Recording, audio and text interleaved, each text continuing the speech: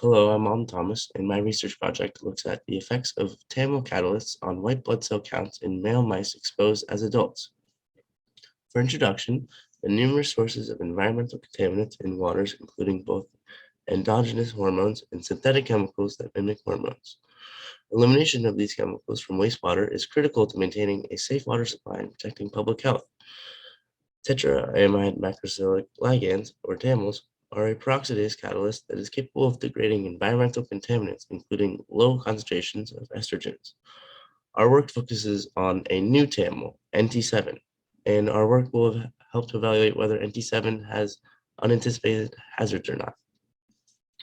The hypothesis: prior studies in the lab found that male mice exposed to NT7 for a 2-week period had decreased relative spleen weights.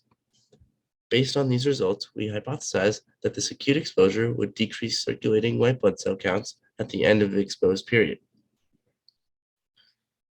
In the actual experiment, adult males were co-housed with 2 females each during a 2-week mating period. During this time, they were provided with water delivering exposures of 0.1% of DMSO as the negative control, 1 mg per kg of NT7 as the low dose, 330 mg per kg of NT7 for the mid dose, and 1,000 mg per kg of NT7 for the high dose, as well as 1 mg per kg of ethanol estradiol for EE2 and 2,000 mg per kg of flutamide.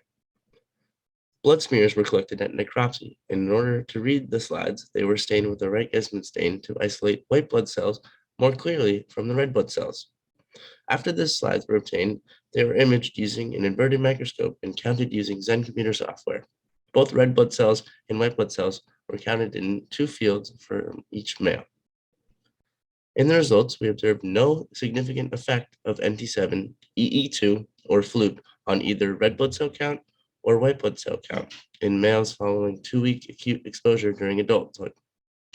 In conclusion, while the data here may have been inconclusive, this set of animals is the smallest, with just 25 across the 6 treatment groups. This small sample size is because we only started collecting blood smears from animals after we observed a smaller spleen size in the first set of animals. This study needs to be repeated with more adult males before we can draw more definitive conclusions. In the future, other analysis of the F1 generation of males exposed during gestation and perinatal period has decreased relative spleen weight at postnatal day 21. Our next step are to get the red blood cell count and white blood cell count from blood smears collected from these males. In acknowledgement, we're grateful to other members of the Vandenberg lab for their work on this project, but especially to Joshua Mogus and Jillian Szabo, who treated the animals and collected samples at necropsy.